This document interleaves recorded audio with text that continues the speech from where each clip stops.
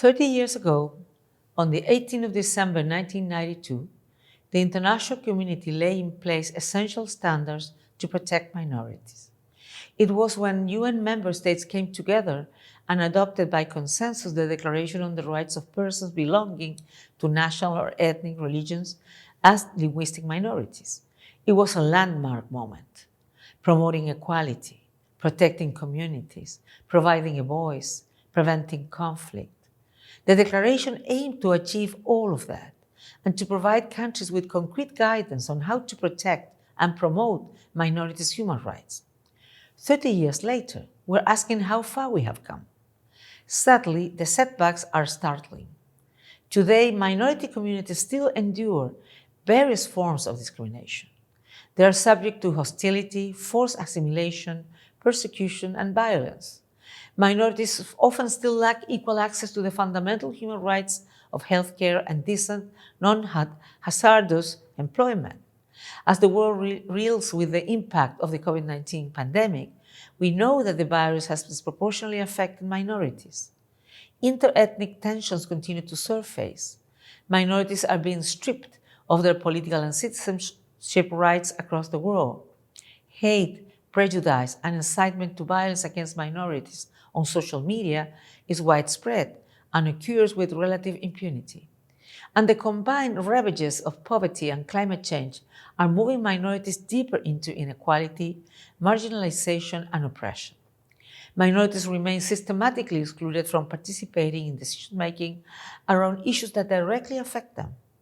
And it is precisely this exclusion that can create fertile ground for violence and conflict. It exacerbates stigma, prejudice, and stereotypes. Minorities' voices matter. Participation benefits not only minority communities, but all of society. Participation helps build peace and stability.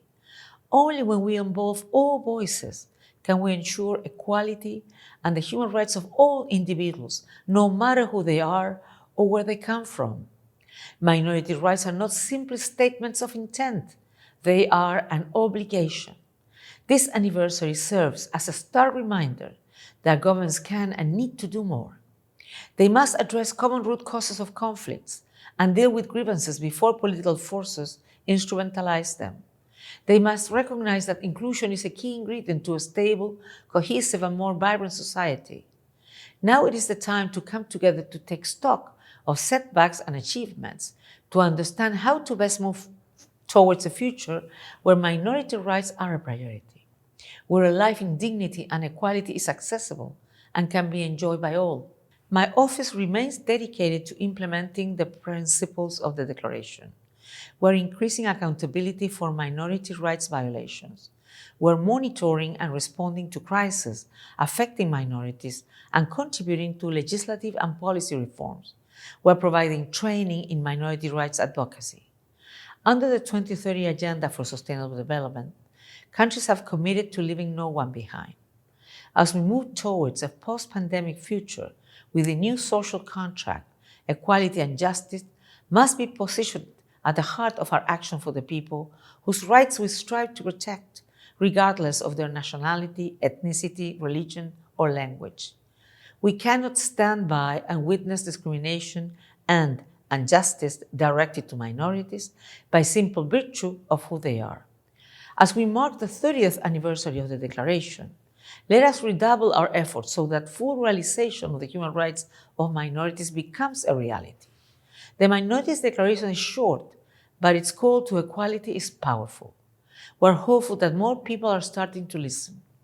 Let us unite around the vision of inclusion and dignity anchored in social, economic, political, and environmental justice to shape an equal world for us all, and for all generations to come.